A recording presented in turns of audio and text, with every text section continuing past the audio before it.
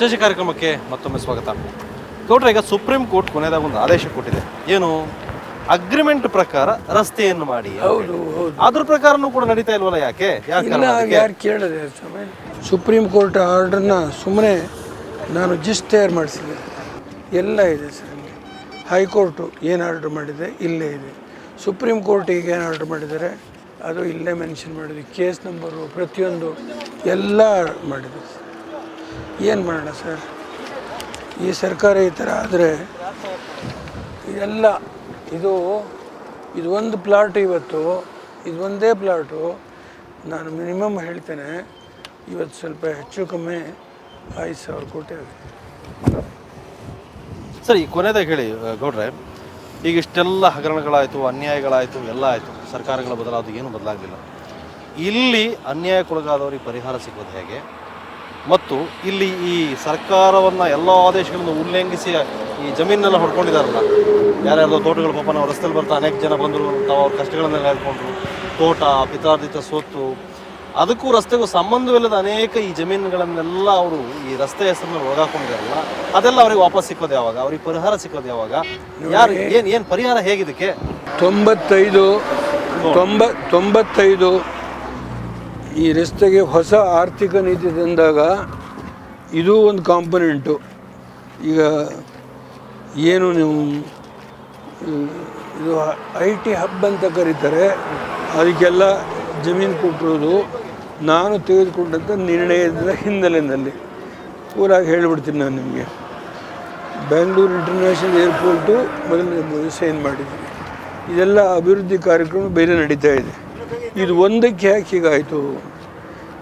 1995ರಿಂದ ಇವತ್ತು 2012, 17 ವರ್ಷ ಆಯಿತು.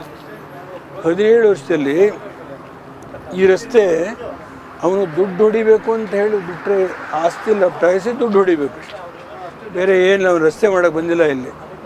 ಸರಿ, ಅವರೇನೋ ಹೊಡಿಯೋಕೆ ಅಂತ ಬಂದಿದ್ದಾರೆ. ಇಲ್ಲಿ ರಾಜಕಾರಣ ಬದಲಾವಣೆ ಆಯ್ತಲ್ಲ. 99ರಿಂದ ಕಾಂಗ್ರೆಸ್ ಅಧಿಕಾರಕ್ಕೆ ಬಂದರು, 5 ವರ್ಷ ನಿರಾತಂಕವಾಗಿ ಆಳಿದರು. ತಮಗೆ ಸಮಾಧಾನವಾಗಿ ಹೇಳ್ತೀನಿ, ಅವತ್ತು ಕೂಡ ಒಂದು ಅರ್ಜಿ ಹಾಕ್ಸಿದ್ರು ಹೈಕೋರ್ಟಲ್ಲಿ. ಇಲ್ಲಿ ನೋಡಿ, high court numbers writ petition number so and so confirms the details of the land what is required. ಇಲ್ಲಿ ಸೋಮಶೇಖರ್ ರೆಡ್ಡಿ ಕೇಸ್ನಲ್ಲಿ the high court order Reddy as per the framework agreement ಕೆಲಸ ಮಾಡೋಕ್ಕೆ ಅಂತ ಪರ್ಮಿಷನ್ ಕೊಟ್ಟು ಅವನೇ ಅಫಿಡವಿಟ್ ಹಾಕಿದ್ದಾನೆ. ಈ ಕಂಪನಿ ನಾನು ಇಷ್ಟೇ ಜಮೀನು, ಇಷ್ಟೇ, ನಾನು ಬೇರೆ ಕಡೆ ಚೇಂಜ್ ಮಾಡೋದಿಲ್ಲ, ಇದೆಲ್ಲ. ಇದಾದಮೇಲೆ ಸುಪ್ರೀಂ ಕೋರ್ಟ್ಗೆ ಹೋದರು. ಸುಪ್ರೀಂ ಕೋರ್ಟಲ್ಲಿ even supreme court has ordered it is only as per the framework agreement supra the Somashekar Reddy case. ಅದೆಲ್ಲ ಓಕೆ ಕೊಡ್ರೆ. ಈಗ ಇಷ್ಟೆಲ್ಲ ಜನರಿಗೆ ತೊಂದರೆ ಆಗಿದೆ, ಇಷ್ಟೆಲ್ಲ ಅವ್ಯವಹಾರಗಳು ನಡೆದಿದೆ. ಒಬ್ಬ ದೇವೇಗೌಡರು ಯಾಕೆ? ಉಳಿದವ್ರಿಗೆಲ್ಲ ಏನಾಗಿದೆ? ರೈತರ ಪರಗಳು ಮಾತಾಡದೇ ಇದ್ದವರಿಗೆ ದೇವೇಗೌಡರು ಯಾಕೆ ಬರ್ತಾ ಇದ್ದೀರಿ? ನಾನು ರೈತನ ಮಗ.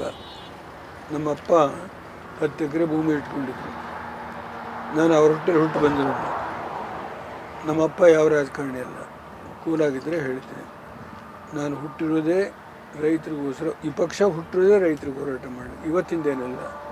ಪ್ಲೀಸ್, ಕೆಲವರು IT ಹೆಸರಿನಲ್ಲಿ 300 ಎಕರೆ, 380 ಎಕರೆ ಹೀಗೆ ತೊಗೊಳಕ್ಕೆ ಶುರುವಾಯಿತು. ನಾನು ಧರ್ಮಸಿಂಗ್ ಗೌರ್ಮೆಂಟ್ ಇತ್ತು, ನಾನು ಹೇಳಿದೆ IT ಮಾಡೋದಕ್ಕೆ ಎಷ್ಟು ಜಮೀನು ಬೇಕು? ವಿಪ್ರೋ ಬಾಡಿಗೆ ಬಿಲ್ಡಿಂಗಲ್ಲಿ ಮಾಡ್ತಾಯಿದ್ರು. ಸಮಕಾಲೀನವಾಗಿತ್ತು. 18,000 20,000 employees. Please, I don't want to take the name of anybody. ಆಗ ನನ್ನ ಮೇಲೆ ಮಾಧ್ಯಮಗಳು ಬರೆದ್ರು ದೇವೇಗೌಡ ಆ್ಯಂಟಿ ಡೆವಲಪ್ಮೆಂಟ್ ಅಂತ. ಆ್ಯಂಟಿ ಡೆವಲಪ್ಮೆಂಟ್ ಅಲ್ಲ, ಈ ಡೆವಲಪ್ಮೆಂಟ್ ಹೆಸರಲ್ಲಿ ಭೂಮಿ ಹೊಡಿತಾರಲ್ಲ ಈ ಅಯೋಗ್ಯರುಗಳು, ಇದಕ್ಕೋಸ್ಕರ ಹೋರಾಟ ಮಾಡಿದೆ, ಬೇರೆ ಏನಿಲ್ಲ. ಇವತ್ತು ಮಾಡ್ತಿದ್ದೀನಿ, ನಾಳೆ ನನ್ನ ಜೀವ ಇರೋವರೆಗೂ ಮಾಡ್ತೀನಿ. ಅಂದರೆ ನಿಮ್ಮ ಸ್ಪಷ್ಟ ಉದ್ದೇಶ ಇಲ್ಲಿ ರೈತರಿಗಾಗಿರೋ ಅನ್ಯಾಯ ಮತ್ತು ಬಡವರಿಗಾಗಿರೋ ನ್ಯಾಯಕ್ಕಷ್ಟೇ ಹೋರಾಟ. ಇದನ್ನ ಹೊರತುಪಡಿಸಿ ನಿಮ್ಮ ಯಾವುದೇ ರಾಜಕೀಯ ಲಾಭವಾಗಲಿ ಫ್ರೇಮ್ವರ್ಕ್ ವೈಯಕ್ತಿಕ ಹಿತಾಸಕ್ತಿ ಆಗಲಿ ಯಾವುದೂ ಇಲ್ಲ. ನೋ ನೋ ಇವತ್ತು ಹೇಳ್ತೇನೆ, ಫ್ರೇಮ್ವರ್ಕ್ ಅಗ್ರಿಮೆಂಟ್ ಪ್ರಕಾರ ಕಾಂಕ್ರೀಟ್ ರಸ್ತೆ ಏನು ಮಾಡಬೇಕಾಗಿದೆ ಅದನ್ನು ಅವ್ರು ಮಾಡಲಿ. ಎಲ್ಲಿ ಕಾಂಕ್ರೀಟ್ ಎಲ್ಲಿದೆ? ಇದೇ ಆಯಿತು 13 ವರ್ಷ, ಇಲ್ಲ 17 ವರ್ಷ ಇದು ಕಾಂಕ್ರೀಟ್ ರಸ್ತೆ. ನಾಚಿಕೆ ಅದು. ಉತ್ತರ ಪ್ರದೇಶಕ್ಕೆ ದಯಮಾಡಿ ಬನ್ನಿ, ಜಮುನಾ ಎಕ್ಸ್ಪ್ರೆಸ್ ಏನಿದೆಯಲ್ಲ 6 ಲೈನು ಕಾಂಕ್ರೀಟ್ ರೋಡ್ ಮಾಡಿದ್ದಾರೆ. 6 ಲೈನ್ ಕಾಂಕ್ರೀಟ್ ರೋಡ್, 180 ಕಿಲೋಮೀಟರ್. ಸರ್ಕಾರಕ್ಕೆ ಏನು ಮಾಡಕ್ ಶಕ್ತಿ ಇರಲಿಲ್ವಾ? ಯಾಕೆ ಇದು ಕೊಟ್ರಿ? ಬೇರೆಯವರಿಗೆ ಕೊಟ್ಟು ಈ ಹೋರಾಟ ಇದೆಲ್ಲ ಯಾಕೆ ಬೇಕಿತ್ತು? ಸರ್ಕಾರಗಳ ಬಗ್ಗೆ ನಾಚಿಕೆ ಆಗ್ಬೇಕು. ನನಗೆ ನಾಚಿಕೆ ಆಗ್ಬೇಕು ಅಂತ ಅಷ್ಟೇ ತಲೆ ತಗ್ಗಿಸ್ತೇನೆ ರಾಜಕಾರಣಿಯಾಗಿ. ನಾಚಿಕೆ ಆಗ್ಬೇಕು ಅಂತ ತಲೆ ತಗ್ಗಿಸ್ತೇನೆ. ಸರ್ಕಾರಗಳು ತಮ್ಮ ಜುಟ್ಟನ್ನ ಇನ್ನೊಬ್ಬರ ಕೈಯಲ್ಲಿ ಕೊಟ್ಟು ಈಗ ಅವರು ನ್ಯಾಯಾಲಯ, ಕಾರ್ಯಾಂಗ, ಶಾಸಕಾಂಗ ಎಲ್ಲರ ಜೊತೆ ಆಟ ಆಡ್ತಾ ಏನು ಬೇಕಾದ್ರೂ ಮಾಡ್ಬೋದು ಅಂತ ಕೆಲವರ ಅಭಿಪ್ರಾಯ ಇದೆ. ರಾಜಕಾರಣಿಗಳದು, ಅಧಿಕಾರಿಗಳದು ಏನು ಬೇಕಾದ್ರೂ ಮಾಡ್ಬೋದು ಅಂತ. ಆ ದುಡ್ಡು ಒಂದೇ ಇವತ್ತು ಇಡೀ ರಾಷ್ಟ್ರದ ವ್ಯವಸ್ಥೆ ನಾಶ ಮಾಡ್ತಾ ಇದೆ. ಸರ್, ಇದಕ್ಕೆ ಪರಿಹಾರ ಏನು ದೇವೇಗೌಡ್ರೆ? ಈಗ ನಂದೇನಿಲ್ಲ, ಒಂದು ಕಡೆ ಕೋರ್ಟಲ್ಲಿ, ಸುಪ್ರೀಂ ಕೋರ್ಟಲ್ಲಿ ಇದೇ ವಿಷಯದ ಬಗ್ಗೆ ನ್ಯಾಯಾಲಯದಲ್ಲಿ ಪೆಂಡಿಂಗ್ ಇದೆ. ಲೋಕಾಯುಕ್ತ ಕೋರ್ಟ್ನವರು ತನಿಖೆ ಆಗಬೇಕು. 3 ಜನ ಮುಖ್ಯಮಂತ್ರಿಗಳನ್ನ ನಾನು ಒಪ್ಕೊಂಡಿದ್ದೀನಿ, ನಾನೇ ಇಂಪ್ಲೀಡ್ ಮಾಡಿದ್ದೇನೆ, ನನ್ನ ಮೇಲೆ ಮಾನನಷ್ಟ ಮೊಕದ್ದಮೆ ಹಾಕಿದ್ದೇನೆ, ಅದಕ್ಕೂ ಒಪ್ಕೊಳ್ತೀನಿ ನಾನು. ಇವತ್ತು ಅವನಿದೆಲ್ಲಕ್ಕೂ ಕದ್ದು ಸ್ಟೇ ತಗೊಳ್ಳೋದಾದರೆ ಆ ಅಧಿಕಾರಿಗಳನ್ನ ಒಳಸಂಚು ಇಲ್ಲಿ ಕೆಲವು ತನಿಖಾ ಅಧಿಕಾರಿಗಳು ಇದೆಲ್ಲ ಏನು ಮಾಡೋಕ್ಕಾಗತ್ತೆ? ಈಗ ಲೋಕಾಯುಕ್ತ ಕೋರ್ಟ್ನ ಮುಖ್ಯಸ್ಥರು ಯಾವೊಂದು ಅಧಿಕಾರಿ ಆ ಲೆಟ್ರಿಗೆ ಕೊಟ್ಟವನು ಅವನಿಗೆ ಶಿಕ್ಷೆ ಮಾಡಬೇಕಲ್ಲ. ನಾನು ಮಾಡೋಕ್ಕಾಗತ್ತಾ? ಈ ಸರ್ಕಾರ ಮಾಡಬೇಕಲ್ಲ, ಜಗದೀಶ್ ಶೆಟ್ಟರ್ ಮಾಡಬೇಕಲ್ಲ. Who is that public prosecutor? Who is that enquiry officer? Chief secretary ಅವರಿಗೆ ಸುಪ್ರೀಂ ಕೋರ್ಟ್ ಬಂದು ಅರ್ಜಿ ಹಾಕಿದ್ದಾರೆ.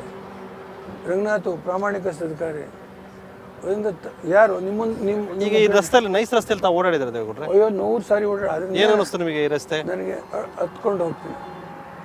ಒಂದು 5 ತಿಂಗಳ ಮನೇಲಿ ಸಾಯ್ತಾ ಬಿದ್ದಿದ್ದೆ, ಬಂದ ಮೇಲೆ ನೋಡಿದೆ ಇನ್ನೂ ಅಬ್ಬರದಲ್ಲಿ ನಡೀತಾ ಇದೆ ಅನೇಕ ಕಡೆ ಈ ಥರ. ಅಲ್ಲ, ಈ ರಸ್ತೆಯಿಂದ ಏನಾದ್ರು ಅನುಕೂಲ ಇದೆ ಅಂತ ಅನ್ನಿಸ್ತಾ ನಿಮಗೆ ಇದು ಓಡಾಡೋದು? ಈಗ ರಸ್ತೆ ನನಗೇನಿಲ್ಲ ರೀ, ಇದು ಮೈಸೂರು ಒಂದು ಐತಿಹಾಸಿಕ ಸಿಟಿ, ಇಂಟರ್ನ್ಯಾಷನಲ್ ಟೂರಿಸ್ಟು ಬರ್ತಕ್ಕಂಥ ಸಿಟಿ. ಅಲ್ಲ, ತಾವು ತೀರ್ಮಾನ ಮಾಡ್ಬೇಕಾದ್ರೆ ಜನಗಳ ಹಿತದೃಷ್ಟಿ ಇಟ್ಕೊಂಡೇ ಮಾಡಿರ್ತೀರಿ ತೀರ್ಮಾನ. Exactly correct. ಏನಾಯ್ತು ಈಗ ಈ ರಸ್ತೆ ನೋಡಿದಾಗ ಮಾಡಿದ ತೀರ್ಮಾನ ಸರಿ ಅಂತ ಅನ್ನಿಸ್ತಾ ಇದೆಯಾ ಇಲ್ವೋ? ಪ್ರಿಯಾಂಬಲ್ ಏನಿದೆ, ನಾನು 1987ರಲ್ಲಿ ಲೋಕೋಪಯೋಗಿ ನೀರಾವರಿ ಮಂತ್ರಿ. ತಮಿಳ್ನಾಡಿನ ಮಕ್ಕಳು ಒಂದು ಸ್ಕೂಲ್ ಬಸ್ನಲ್ಲಿ ಬಂದು ಈ ಬಿಡದಿಂದ ಒಂದು ಅಪಘಾತ ಆಗುತ್ತೆ, ಆನಂತರ ತಾವು ಇದನ್ನು ಮಾಡ್ತೀರಿ. 23 ಜನ ಅಲ್ಲೇ ಸ್ಪಾಟ್ ಡೆತ್ ಆಯಿತು ಮಕ್ಕಳು. ಅವತ್ತೇ ರೋಡ್ ಇನ್ಸ್ಪೆಕ್ಷನ್ ಮಾಡಿದೆ. ಅದೇ ರಸ್ತೆನ 4 ಪಥದ ರಸ್ತೆ ಮಾಡಬೇಕು ಅಂತ ತೀರ್ಮಾನ ಮಾಡಿ ಟೆಂಡರ್ ಕರೆದೆ. ಹೆಗಡೆಗೂ ನನಗೂ ಕಾನ್ಫ್ಲಿಕ್ಟ್ ಬಂತು, ರಾಜೀನಾಮೆ ಕೊಟ್ಟೆ. 200 ಕೋಟಿ ರೂಪಾಯಿಗೆ ಬಿಡ್ ಮಾಡಿದ್ರು ಅವತ್ತಿನ ಕಾಲದಲ್ಲಿ. ಅದೆಲ್ಲ ಸರ್ಕಾರಿ ದಾಖಲೆ ಇದೆ. ಇದು ನಾನು ಯಾವುದೋ ವೈಯಕ್ತಿಕವಾದ ಇದು ವ್ಯವಹಾರಕ್ಕೆ ಮಾಡಲಿಲ್ಲ. ಈಗ ಈ ರಸ್ತೆ ಆಗುತ್ತೆ, ಇಲ್ಲಿಯ ಜನಕ್ಕೆ ಪರಿಹಾರ ಸಿಗುತ್ತೆ ಅಂತ ನಮ್ಗೆ ಅನ್ಸುತ್ತಾ? ಸಿಗೋದಾದ್ರೆ ಇನ್ನೂ ಎಷ್ಟು ವರ್ಷ ಬೇಕು? ಇನ್ನು 5-6 ತಿಂಗಳಿಗೂ ಸರ್ಕಾರ ಬರ್ಬೋದು, ಹೋಗ್ಬೋದು. ಯಾವ ಸರ್ಕಾರ ಬರುತ್ತೋ ನಂಗೆ ಗೊತ್ತಿಲ್ಲ. ಅದು ಜನ ಪುಣ್ಯಾತ್ಮರ ಕೈಲಿದೆ, ಪುಣ್ಯಾತ್ಮರ ಮಹಾಜನತೆ ಕೈಲಿದೆ. ಇದು ಒಂದೇ ಅಲ್ಲ, ಈ ರಾಜ್ಯದಲ್ಲಿ ಈ ಕಳೆದ 5 ವರ್ಷದಲ್ಲಿ ಸುಮಾರು 1,70,000 ಎಕರೆವರೆಗೆ ನೋಟಿಫೈ ಮಾಡಿದ್ದಾರೆ. ಬಳ್ಳಾರಿ ಒಳಗೆ ಉರುಳು ಸೇವೆ ಮಾಡಿದರು, ಒಂದು ವಿಮಾನ ನಿಲ್ದಾಣ ಅಂತ. ಅಲ್ಲಿ ಬೇರೆ ಕಡೆ ಜಾಗ ಇದೆ, ಉರುಳು ಸೇವೆ ಮಾಡಿ ಎಲ್ಲ ನಂಗೆ ಗೊತ್ತಿದೆ. ಇದು ಇಲ್ಲಿ ಬೆಂಗಳೂರಿನ ಸಿಟಿ ಒಳಗೆ ಏನೇನು ಹೊಡೆದಕ್ಕೆ ಸಾಯಿಸ್ತಾ ಇದ್ದಾರೆ, ಜನನ ನೇಣು ಹಾಕೊಂಡು ಹೊಳೆತಿದ್ದಾರೆ. ಆ JCBಗಳು ತಗೊಂಡು ಹೋಗಿ ಕಿತ್ತು ಬಿಸಾಕ್ತವೆ. ಅದು ಮಾಡಬೇಕಾಗುತ್ತೆ, ತೊಂದರೆ ಇಲ್ಲ. ಇಲ್ಲಿ ಅಧಿಕಾರಿಗಳು ಕೊಟ್ಟು ಎಂಡಾರ್ಸ್ಮೆಂಟ್ ನೋಡಿದ್ರಿ ನೀವು. ಇನ್ನೊಂದು ಎಲ್ಲೂ ಏನೂ ಮಾಡಿದ್ರೆ ಕಾಂಪೌಂಡ್ ಹಾಕೊಂಡಿದ್ದಾರೆ. ಈಗ ಅವರು ಮಾವಿನ ತೋಟ ತೆಗೆದಿದ್ದಾರೆ, ಅಲ್ಲಿ ನಾನು ಮಾವಿನ ತೋಟ ಬೆಳೆಸೋಕ್ಕಾಗತ್ತಾ? ಕಾಂಪನ್ಸೇಷನ್ ಕೊಡಬೇಕು. ನಾನು ಕೊಟ್ಟಿದ್ದೀನಿ, ಎಕ್ಸ್ಗ್ರೀಷಿಯಾ ಪೇಮೆಂಟ್ ಅಂತ ಕೊಟ್ಟಿದ್ದೀನಿ. ಚೀಫ್ ಮಿನಿಸ್ಟರ್ ಆಗಿ. ಅದರಿಂದ ಮನೆ ಹಾಳು ಮಾಡಿ ಅದಕ್ಕೊಂದು ಸರ್ಕಾರಕ್ಕೊಂದು 100 ಕೋಟಿ ರೂಪಾಯಿ ಲಾಸ್ ಆಗ್ಬೋದು, ರೈತರು ಕೊಡಬೇಕಾದ್ದು.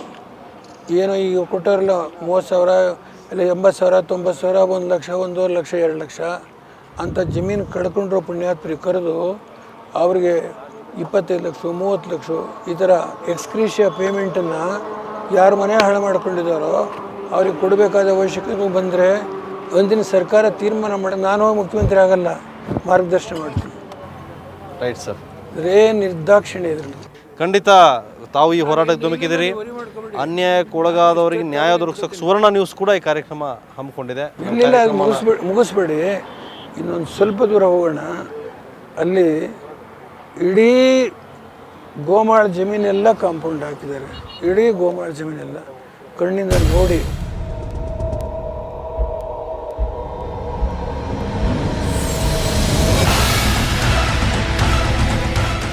ನಾವೀಗ ಮಾದಾವರ ಬಂದು ತಲುಪಿದ್ದೀವಿ. ಮಾದಾವರದಲ್ಲಿ ನಾವು ರಸ್ತೆಯ ಪಕ್ಕಕ್ಕೆ ಹಾಗೆ ಹೊರಳು ನೋಡಿದರೆ 100 ಎಕರೆನ ವಶಪಡಿಸಿಕೊಂಡು ದೊಡ್ಡ ಲೇಔಟ್ ಮಾಡಿರೋದು ಕಂಡು ಬರ್ತಾ ಇದೆ.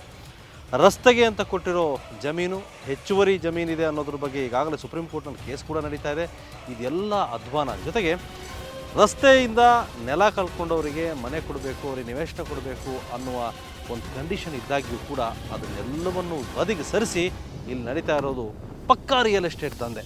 ಬಹುಶಃ ಇಲ್ಲಿಯವರೆಗೂ ಸಾರ್ವಜನಿಕರು ಮಾತಾಡಿದ್ದನ್ನು ನೋಡಿದ್ದೀವಿ, ಆದರೆ ಸುವರ್ಣ ನ್ಯೂಸ್ ಖುದ್ದು ಭೇಟಿ ಕೊಟ್ಟು ನೋಡಿದಾಗ ಕಂಡು ಬರ್ತಾ ಇದೆ ರಿಯಲ್ ಎಸ್ಟೇಟ್ ಮಾಫಿಯಾ ಎಷ್ಟು ದೊಡ್ಡದಾಗಿ ಬೆಳೆದು ನಿಂತಿದೆ ಅಂತ.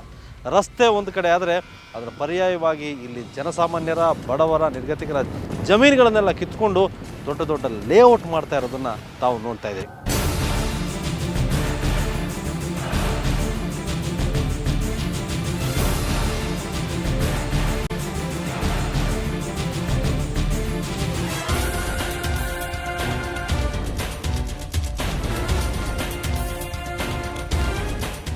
ಜನ ಮನೆ ಕಟ್ಕೊಂಡು ವಾಸ ಮಾಡಿದ್ದೀವಿ. ಇಲ್ಲಿ ಮನೆಗಳೆಲ್ಲ ಹೊಡೆದಾಕೊಂಡ್ಬಿಟ್ಟು ಸಂಪೂರ್ಣವಾಗಿ ಒಂದು ಜಾಗ ಬಿಟ್ಕೊಂಡಿದ್ದಾನೆ. ಅವ್ರಿಗೆ ಹೇಳಿ ನನಗೆ ಏನಕ್ಕಪ್ಪ ಅಂತ ಕೇಳಿದ್ರೆ ನಾನು ಟಾಯ್ಲೆಟ್ ಕಟ್ಸ್ಕೊಂತಾನ. ಟಾಯ್ಲೆಟ್ ಟಾಯ್ಲೆಟ್ ಕಟ್ಕೊಂಡು ಇದೇ ಜಾಗ ಬೇಕು, ಅವ್ರ ಅಪ್ಪನ ಜಾಗನ ಇದನ್ನ. ಇದು ಸರ್ಕಾರ ಕೊಟ್ಟಿದ್ರೆ ನಾನು ಟಾಯ್ಲೆಟ್ ಕಟ್ಕೊಳ್ತೀನಿ. 7 ಎಕರೆ 13 ಗುಂಟೆ ಜಾಗ ರೋಡಿಗೆ ಬೇಕು, 2 ಎಕರೆ ರೋಡಿಗೆ ಬೇಕು ಅವನಿಗೆ. ಅದನ್ನ ಅದು ರೋಡ್ ಬಿಟ್ಟು ಮಿಕ್ಕಿ ಜಾಗ ನಮ್ಗೆ ಉಳಿಸ್ಕೊಡ ಅಂತಂದ್ರೆ ಅದೇನು ನಮ್ಮ ಸರ್ಕಾರ ಟೋಟ್ಲಿ ಅವ್ಯವಸ್ಥೆ. ನೀವು ಎಲ್ಲಿ ಕೋರ್ಟಲ್ಲಿ ಹೋಗಿ ಅವ್ನ ಪರವಾಗಿ ವಾದ ಬರ್ತದೆ, ಅವ್ನ ಪರವಾಗಿ ಸ್ಟೇ. ನಮ್ಮ ಸ್ಟೇಟ್ 2 ವರ್ಷ ನಾವು ಸ್ಟೇ ಇಟ್ಕೊಂಡು ಸರ್ ಫುಲ್ ಎಲ್ಲ ಟೋಲ್ ಎಲ್ಲ ಆಕ್ಚುಲಿ ಸ್ಟಾಪ್ ಮಾಡಿದ್ದೀವಿ. ಅದು ಸ್ಟೇ ಇರುವಾಗ ಟೋಲ್ ಓಪನ್ ಮಾಡ್ಕೊಂಡು ನಾನಲ್ಲಿ ಮೂಲ ಅಗ್ರಿಮೆಂಟ್ ಪ್ರಕಾರ ರಸ್ತೆ ಬರಂಗಿಲ್ಲ. ಅದನ್ನಲ್ಲಿ ಪಕ್ಕದಲ್ಲಿ ಹೋಗ್ಬೇಕಲ್ಲಿ ಮೇಲೆ ಹೋಗ್ಬೇಕು ರಸ್ತೆ. ಅದನ್ನ ಇಟ್ಕೊಂಡು ಬ್ಯಾಂಕಲ್ಲಿ ಲೋನ್ ಇಟ್ಕೊಂಡು ಜೀವನ ಮಾಡ್ತಿರ್ತಕ್ಕಂಥವ್ರನ್ನ ಗುಳೆ ಓಡಿಸ್ಯಾನೆ ಫುಲ್ ಇವತ್ತು. ಇದಕ್ಕೇನು ಸರ್ಕಾರ ಏನು ಕಣ್ಮುಚ್ಚಿ ಕೂತ್ಕೊಂಡಿದ್ಯಾ ಅದನ್ನ? ಇದು